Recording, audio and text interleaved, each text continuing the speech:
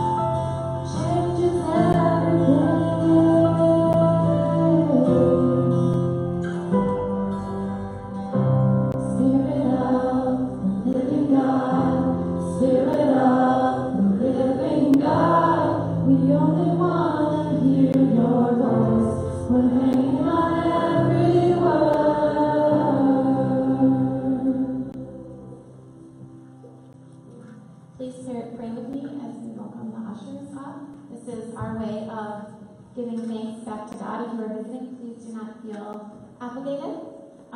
Please bow your heads.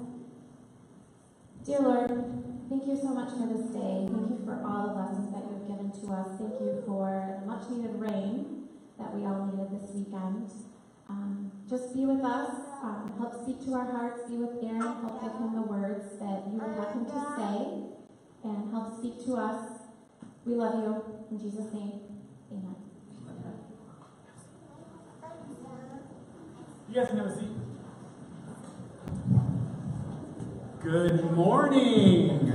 Good to see you guys today. My name is Aaron. I'm the lead pastor here at Third Coast. I am joined by a special friend this morning, Kathy. Hi, Kathy. Hi, everyone. How are you? It's hard to see with the lights in your eyes. It's just kind of shiny up here. They're there, though. The people are here. Are you guys here this morning? So Pastor Kathy is our children's ministry pastor for all three of our churches, and she's joining us today. She's been worshiping with us now and then, and she helps our children's ministry volunteers and staff know what in the world to do to disciple our kids, right? So you want to talk to us a little about your role in our church? I think I was supposed to do that after I said my name is Kathy.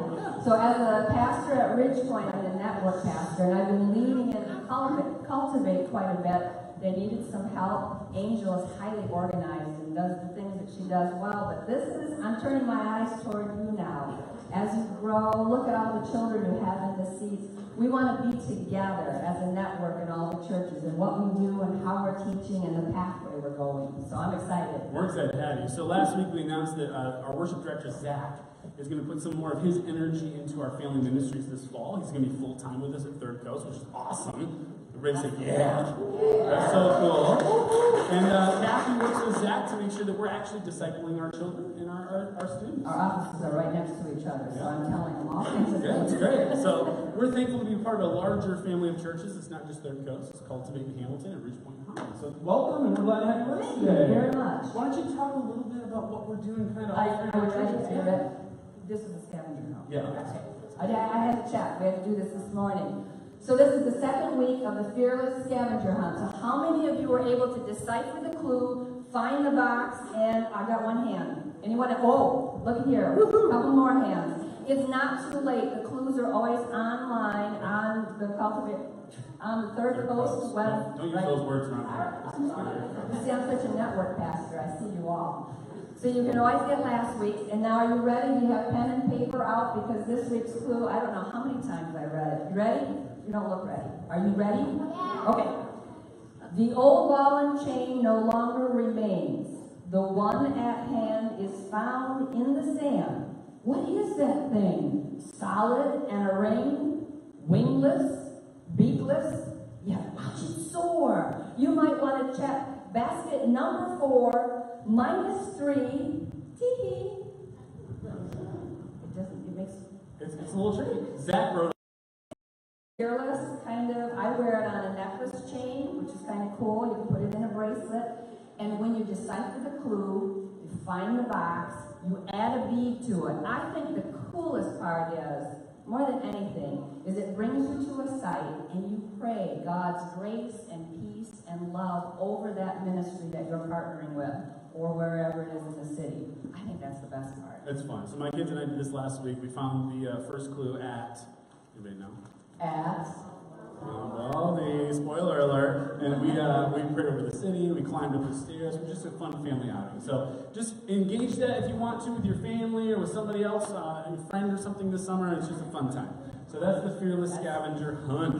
The clue is on Facebook. It's in your program. We'd love for you guys to have fun and get out a little bit and do that. Other things coming up. The Bible study hike is happening again this week. Is that right, Ryan? Yes. Ryan Smothers kind of leads that. And so it's going to be on Thursday at 5:30. You guys are meeting at 5:15 at the Saugatuck Dunes State Park, right? And you're leaving promptly at 5:30. Right? That's what we discovered last time. So if you roll in to the Saugatuck Dunes State Park parking lot at 5:33, they're probably already on the train. But they're just First Peter 4. So they just get together, they bring all their kids and friends and family, and they hike out to the lake and discuss First Peter. So wait. So it's a hike and a Bible study. It's a hike study. It's a Bible not psych.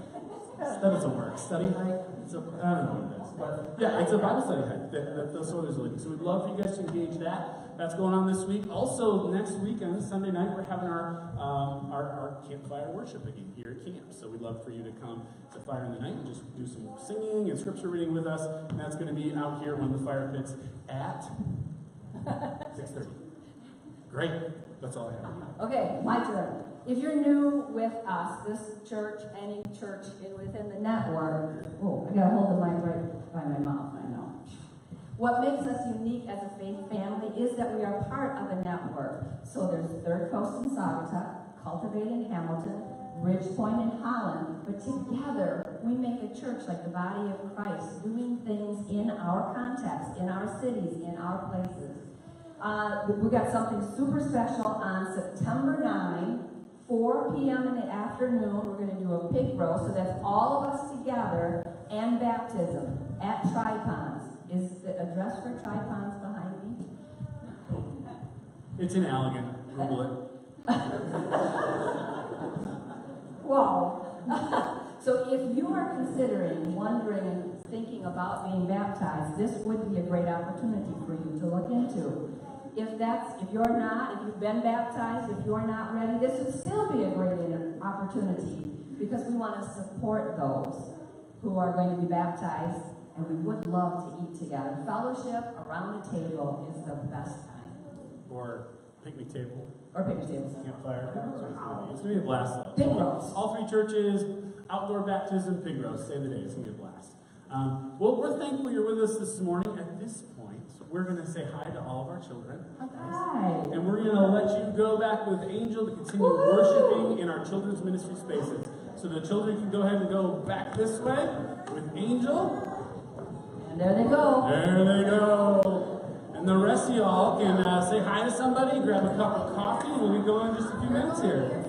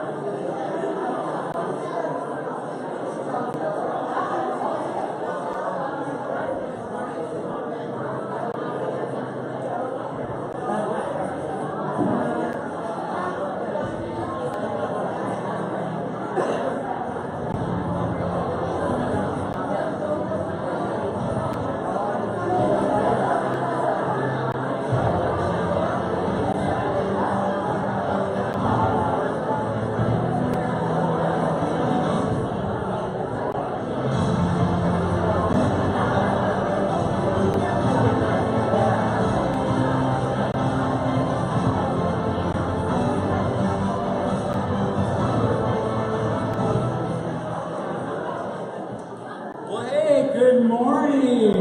Didn't that wonderful bumper video get your attention and draw back to the stage? Isn't that great? Well, we're so excited to see you guys this morning. As I said earlier, my name is Aaron, and we have been, the last week, we kicked off a new series called Fearless Follower, where we're looking at some stories in the Old Testament of some of the first followers of Yahweh. And I love this series. It's so fun, because I love the Old Testament. Before there was a religion of Christianity, there were just stories of how real people connected with the living God and followed him, put aside their fear. We say fearless followers a lot around here. You guys notice that? Kind of jargony. And I just want to take a minute this morning. You know what? That's just our local church family language for, hey, we're disciples of Jesus, right? We're all part of this larger family called the church. We're all disciples of Jesus. And when we say fearless follower, we just mean like, this is the third coast. This is the fearless family, right? My name's Aaron. I'm a human being, but I'm part of the Brown family, right? And we have a certain biology. We're all a little barely, right? We look a certain way, and we have certain family values. You know, my grandpa was a great farmer, so he taught us hard work, and so we're all a part of the human race, but we all have a local family that we're a part of. And so here at the Fearless family, we say we're fearless followers. And some of those stories in the Old Testament, when we read those stories, they help fill that picture out of who we are as followers of Jesus. It shows us what our values are as followers of Yahweh, right? And as we read those stories, they kind of read us. We talked last week about Ruth and Mordecai. And as we looked about how those flawed, normal people interact with the living God, it kind of gives us an idea about how we, flawed, normal people, interact with the living God. And so we're going to look at another story today about Jonathan. And Jonathan is just another normal dude. And we call him a fearless follower because in Jonathan's story, he decided that God's kingdom was more important than his self-preservation, right?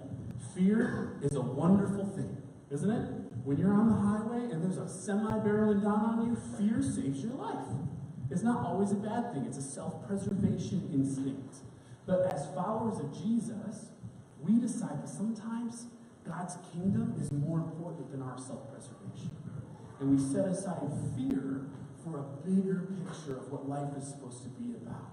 And so as we meet Jonathan this morning in the book of 1 Samuel, we meet somebody who kind of embodies the whole book of 1 Samuel. And I'm just going to give you a flyover real quick of the book of 1 Samuel. It's in the Old Testament, and it's one of the prophetic books. And it opens in chapter 2 with this kind of poetry piece by Hannah. It's this prayer and poetry and song. And kind of the bottom line of Hannah's poetry in 1 Samuel chapter 2 is that God opposes the proud, but he gives grace to the humble. That's who Yahweh is. That's how he interacts with his people. And then as we read through the whole book of 1 Samuel, we see how the prophet Samuel interacts with two kings. Anybody know the first one? He's kind of a jerk. 1 Samuel. Saul, right? And who's the second one? David. And what we see in this book is this larger theme of God opposing the proud, Saul, and him giving grace to the humble, David. And so Israel, in this book, they demanded a king, and God said, fine, you can have your king. Here's Saul. He's tall, he's handsome, and he's a decent leader, and he does some amazing things for Yahweh and for the nation of Israel. He kind of sets the bar as being the first king of Israel. But as we go through the book, he kind of starts to, he has his own way about it. And he doesn't want to listen to Yahweh anymore, because after all, he's the king. God's no longer the king of Israel. I'm the king of Israel. And so he starts to do his own thing. And God says, you know what? No, I'm still king on the throne. I am still king of this nation. And so enter Jonathan. Now, Jonathan is Saul's son. And he is a man of men. Right? He is an awesome dude. He's the kind of guy where you're like, okay, King Saul's going crazy, but it's okay, because Jonathan's coming next. That's why monarchies work. Because if this king screws everything up, hopefully he had enough sons that one of them's going to recover, get the ball, and change the game. But the problem in the story is, well, let's get to that in a minute. First, I want to talk more about Jonathan. You see, Jonathan is an epic guy. What's the biggest, baddest battle in the Old Testament? When you think of awesome stories, mano kind of things, who do you think of? David and Goliath, right? David is the guy we talk about. But 3 chapters earlier in 1 Samuel, they're talking about Jonathan. Because Jonathan's out among the kingdom, and they come up upon a Philistine outpost, and the Philistines are bad dudes, right? They're ruthless. And Israel's kind of bumping up against the Philistines at this point in history. And Jonathan's just out alone scouting with his armor bearer, kind of his sidekick, probably a younger guy. And they come up upon this Philistine outpost. And his armor bearer's like, let's get out of here. And Jonathan's like, wait a second. maybe the Lord will deliver them into our hands. So we see Jonathan being this mighty man of faith. And then Jonathan and his armor bearer climb this ridge, and they take a stand on this ridge, and they stand up against 20 hardened Philistines, and they take them all out. Jonathan is no minor character in Israel at this time. He's a bad dude. He's got faith in Yahweh. He's a man of character and integrity and bravery. They sing his songs in the streets, right? Thank God that Jonathan's next to take the throne of Israel. But here's where the tension comes into the story. Because when we teach about 1 Samuel, we don't usually teach about Jonathan, right? He's a B character.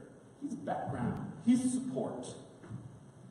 But he should have been the next king of Israel. But meanwhile, while all this is happening, God is deciding, you know what? Jonathan's awesome. I'm putting words in God's mouth, and that's dangerous, but I'm just summarizing the story. Okay? I'm aware of it. Okay? Let me try this a different way. We see in the text that God wants to show his people that just because there's a human king doesn't mean he's no longer in the picture. And so just because human wisdom says Jonathan's the next heir to the throne does not mean that's what God's plan is. So in the middle of this story, we have this secret anointing of David as the next king of Israel. This humble shepherd boy. And we see him face Goliath, and we see him enter the king's service, and we see God opposing the proud in Saul, and him giving grace to the humble in David. And so you come to the middle of Samuel, and here's two guys. Samuel beat 20 Philistines. David beat Goliath. Both are men of character and integrity and in faith. And we kind of see this battle for the throne, right? People are singing David's praises in the streets after he conquers Goliath. But Jonathan is the next king of Israel, and he conquered these Philistines. And so we have this tension in the story of who is next. Is it human wisdom and Jonathan? Because he has every right. He should be king next. He's a good dude. Or is it God's wisdom and God's plan? And is it David? And there's this tension here. Because Jonathan deserves it, right? And what we see in the story is Jonathan and David, instead of playing into this national kind of language that they should be rivals, we see their hearts start to intertwine with one another. We read this in 1 Samuel chapter 18. Jonathan became one in spirit with David, and he loved him as himself. From that day, Saul kept David with him and did not let him return home to his family. And Jonathan made a covenant with David because he loved him as himself. Jonathan took off his robe that he was wearing and gave it to David, along with his tunic and even his sword and even his belt. In this passage of Scripture, we see two things that are important. One, he loves David. They have a bond that's rarely found in the Bible. They're like brothers. They are connected in a real profound, intimate way. And then we see that not only are they tight, but Jonathan takes off his rights, his dignity, his birthright, and places it on David. And in this passage, we get to the sense that Jonathan's saying, like, yeah, I see what God's doing here. He's making David the king. And I'm going to get out of the way and let that happen. I'm going to step aside and lift David up so he can, live into God's calling for his life. So last week we saw Mordecai kind of work as a hero maker for Ruth. And he did everything he could to help Ruth be successful. But it didn't cost him as much as it costs Jonathan this week. Because when Jonathan gives his robe and his sword and his birthright to David, he's giving up everything he has, right? He's giving up his right to be king. And not only that, he's risking his life. Because in this time and place in history, if someone who's not a part of the royal family becomes king, guess what they do? They kill all the heir apparents. They take out the previous king's family. So Jonathan has to know at some level that by stepping aside and lifting David up, he is risking his life. And that's why we call Jonathan a fearless follower. Because God's plans were more important than his safety. Because Jesus' kingdom, and he didn't know Jesus yet, but Jesus' kingdom was more important than his comfort. Sometimes being fearless means stepping aside and lifting someone else up. Being the supporting character so that God can move powerfully through somebody else in our lives. And that's the key kind of concept we see in the life of Jonathan. He lifts David up. He submits to God's plans and gives up his rights to being king and even risks his life to support David. So the story kind of moves on from there. And Jonathan's cool with it, right? He's submitted to God. But guess what? Saul is not cool with it, right? King Saul is a jerk. We'll just say it, okay? And as David starts to grow in kind of renown and people start to find out who he is, Saul sends David on a suicide mission. And he just wants to get David out of the picture. So he gives him 2 little troops and too hard of a task, and he sends him out to do something. Hopefully the Philistines will just take care of this problem for us, and my son can inherit the crown. But Jonathan sees it coming. And Jonathan warns David. And David moves into that situation ready for whatever comes at him, because Jonathan was faithful to lift him up and to protect him. But that wasn't quite enough, because Saul then has another plan. He's going to send Jonathan and some of his servants to where David is and murder him in his sleep. Right? And here again is a tension point in the story. This is Jonathan's moment. If he had any doubts about stepping aside and letting God promote David, this is his time. In the cover of night, no one knows. He could just take David out, right? But he doesn't. He challenges his father. He risks his life again. And his father, in a rage, almost kills Jonathan because he's just losing his mind at this point. Jonathan goes the extra mile to step aside and to lift David up because he sees that this is God's plan for David's life. Jonathan is instrumental in making David the king. And yet when we talk about the book of 1 Samuel, we don't talk about Jonathan, right? We talk about Saul, we talk about David and Goliath, we talk about David. But here's a character at the center of the story who embodies what the whole book is about. That God opposes the proud, but he gives grace to the humble. And we can look at Jonathan and see a man of humility, a man of power, and a man of grace. He played his part in stepping aside and lifting someone else up. And that theme carries on kind of throughout the whole Old Testament and into the New Testament. We as people of God, we're people who step aside sometimes and let other people become who God has meant them to be. I don't like that on my bad days, right? Those aren't the kind of stories that I identify with, to be honest with you. How many of you have seen the movie The Pursuit of Happiness? Anybody? With Will Smith, right? Will Smith in this movie, his character is Chris Garner, I think, and he's a salesman of like this medical equipment that nobody else wants, and he's kind of this door-to-door salesman kind of character. And early in the movie, his wife leaves him because he's a failure, and we find Chris pushing for a better life, and he's on the streets, kicked out of his apartment with his son, probably 10 or 11-year-old son, and he's doing this 6-month unpaid internship to become a stockbroker. And in the kind of the peak of the movie, Chris is homeless, he doesn't have income, nobody's for him anymore. He's sitting in a public bathroom in the middle of the night, holding his sleeping son, crying, holding one foot on the door so that someone doesn't break in and wake his son up because he's sleeping in a public bathroom. Like, that's the depth of tension in that story. And at the end of the story, I love how it ends. Because Chris is offered the internship, and his life changes, and he succeeds, and he's lifted up as kind of this picture of what we all can accomplish. It's a feel-good story. If you just want to cry on a Friday night, and then just end feeling good, get some Oreos and watch that movie. But sometimes that's not God's will for us. Sometimes we don't get to be the A-lister. We don't get to be the one who succeeds.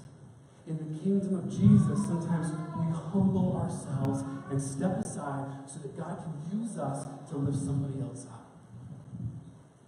It says this in Philippians 2, 3 and 4. Do nothing out of selfish ambition or vain conceit. Rather, in humility, Value others above yourselves, not looking to your own interests, but each of you to the interests of the other. That's who we are as a family. That's what it looks like to be a fearless follower. We humble ourselves and look out to the interests of other people. It's not about me, it's about we. And me paying close enough attention to what God's doing in your life to know when I'm in the way and I need to step out. And you paying close enough attention to what God's doing to the people around your lives to know when it's your turn to become a hero maker, to step aside and lift somebody else up so God can make himself known through that person. So we as a people want to be humble. We want to step aside and not get in the way of God's work. As we read the story of Jonathan, it kind of reads us. I want you to ask yourself today what the Lord would say to you. Who's in your life that he has great plans for, and your role is to step aside and lift that person up? You know, maybe it's at work, and somebody else needs the wins, and they need to look good, and you get to help make that happen.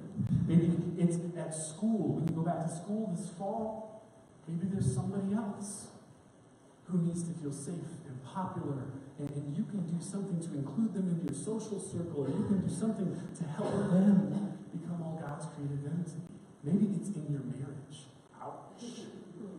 Maybe sometimes I don't have to be right, because me being right gets in the way of the family win. And I need to step aside and lift my spouse up and be humble and not be proud, but let the Lord exalt my spouse and me hold my tongue so that God can be glorified and so that she can become who she's meant to be. What does it look like for you to take it to heart that God opposes the proud, but he gives grace to the humble? What's it look like for you to step aside and lift somebody else up so God can do the work that he has planned to do through them? I can only apply it to my own life, right? And as I've been studying this week, you know, the thing about being a pastor, guys, is you read the text first and the Lord kicks your butt a little bit so you get the point enough so that you can teach it to other people. So all week long I'm like, oh man, that's a tough one. And I look back on my own life and I see it. I see times in my ministry where people have stepped aside and lifted me up. I worked at a youth camp where, you know, for 5 years, people were stepping aside and lifting me up. And I didn't notice it. And I kind of treated them like garbage. And I thought, you know, I was in my mid-20s, so I was 10 foot tall, and I was bulletproof, and I had all the answers to the world, right? Some of you guys are in your mid-20s? Yeah, you know, like, we got it all figured out. And so in that season of my life, I was being lifted up, and I didn't even know that there were people behind me holding me up, right? And so for me, as I read the text, it reads me, and I'm like, oh, who's holding me up? And be thankful for that. But I'm kind of at this point in my life now where I've been, you know, with our churches for 5 years, and I'm in this place where it's like, okay, who am I holding up? Next week, Jason Perkins is going to be teaching again from our stage. He's a young leader that God's calling to be a pastor. It scares the snot out of me to let other people teach at our church, right? Because if they tick you off and you don't come back, I mean, if I tick you off, you know, well, that's, I can forgive myself for that. But if somebody else does something wrong, like, it's scary for me to lift somebody else up. But God is working in Jason's life to become a pastor. And so I step aside and I lift him up. And it's risky and it's painful and it's scary. But I have a role in helping make Jason or Zach or our volunteer leaders all that God's called them to be. And sometimes it means stepping aside and lifting somebody else up. So who is it in your life? Somebody at work? Is it somebody in your family? Is it somebody in your church where God's been leaning on you to say, hey, this is how you can make that person all they're meant to be. This is how you step aside and lift them up. If someone's coming into your heart or your mind right now, that's probably God talking to you. Right? Don't argue with God. Because you'll win.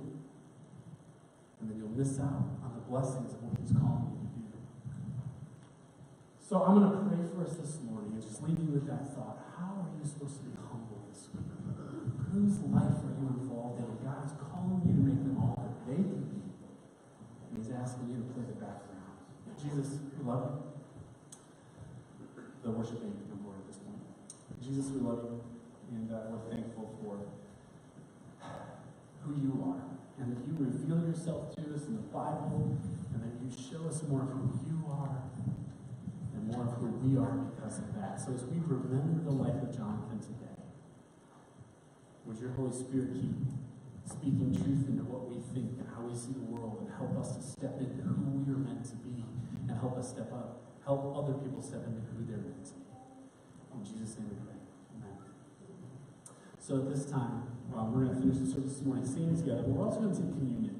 And when we take communion as a family of believers, we're looking back to what God has done, what Jesus did for us on the cross, and we're remembering that he's been good to us. And so as we pass out communion during this next song, just hold on to it and wait for us all to take together between the songs. I'll come back up in a minute. But as you hold on to the communion elements, remember that Jesus stepped aside to reconcile you to a right relationship with the Father. That Jesus gave up all his rights and all his comforts and all his safety so that each one of us can be put back in a right relationship with the God of the universe. And when we do communion, we remind ourselves and we remind one another that we're free, we're redeemed, and we're beautiful in the eyes of God. So we'll move into a time of worship together, and the ushers can go ahead and hand out the communion elements.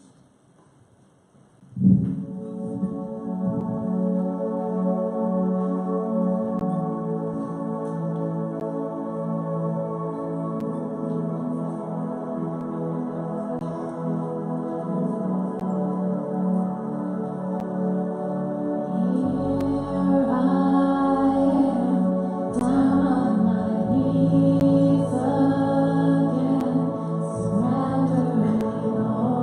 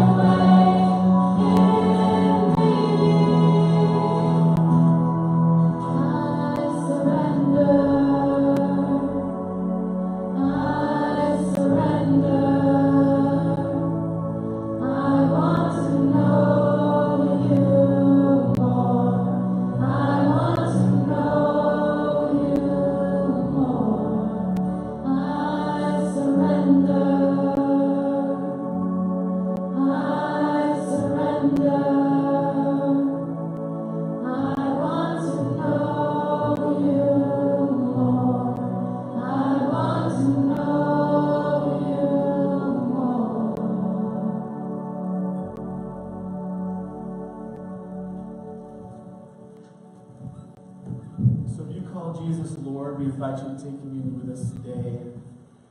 Jesus was with his disciples at the Last Supper. He took the cup. He said, hey, take this and divide it among you, because I'm not going to drink this again until I drink it with you in the kingdom. So we take this remembering his shed blood on the cross together.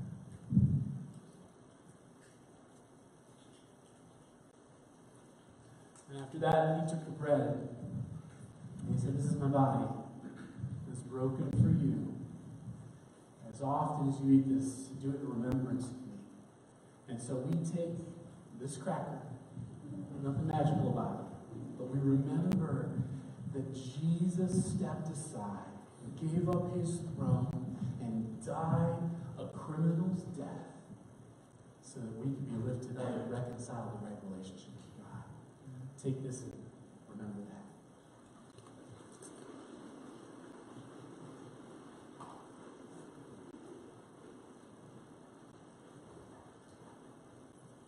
So Jesus, we love you. We remember you. We follow you. And we ask that we would do it without fear, without worrying about our own comfort and safety, but setting that aside, joining you in what you're doing in this world. As we sing this last song, as we move into our lives beyond this place, would you follow us by the voice of your Holy Spirit, continue to show us what it means to set aside fear, to set aside self-preservation, and to live for your kingdom, for the wholeness and restoration of all things. We love you, we praise you, we worship you in Jesus' name. Amen. Let's sing together.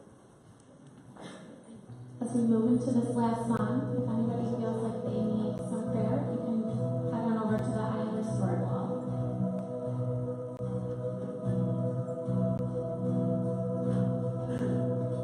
I'm laying down my life, I'm giving up control, I'm never looking back, I surrender all, I'm living for your glory on the earth.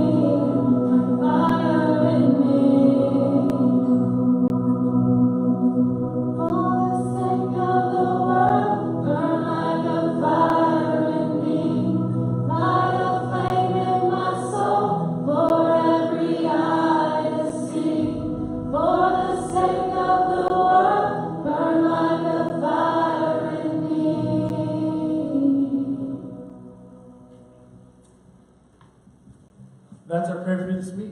That the Lord move through your lives in amazing ways and make this world a wholer place because of your faith and because of your life. We're ending early, so I'm just going to talk for another 15 minutes. Joking. If you are new with us, though, we've got a little gift on the back table. We'd love to give you a swag bag with some propaganda in it. So grab one of those. And just as you move into the week, you got a couple opportunities to lean into community, right? We have the Bible study hike. We have the Fire of the Night next Sunday night. We talk about being a faith family a lot. That doesn't happen on Sunday morning at Rose, right? So as often as you can, get into circles with other people. And spend time with one another. Lean in with us this week. And we're going to do as much more of that this summer as we can. Have a fantastic week. Enjoy the summer. Thanks. Go team.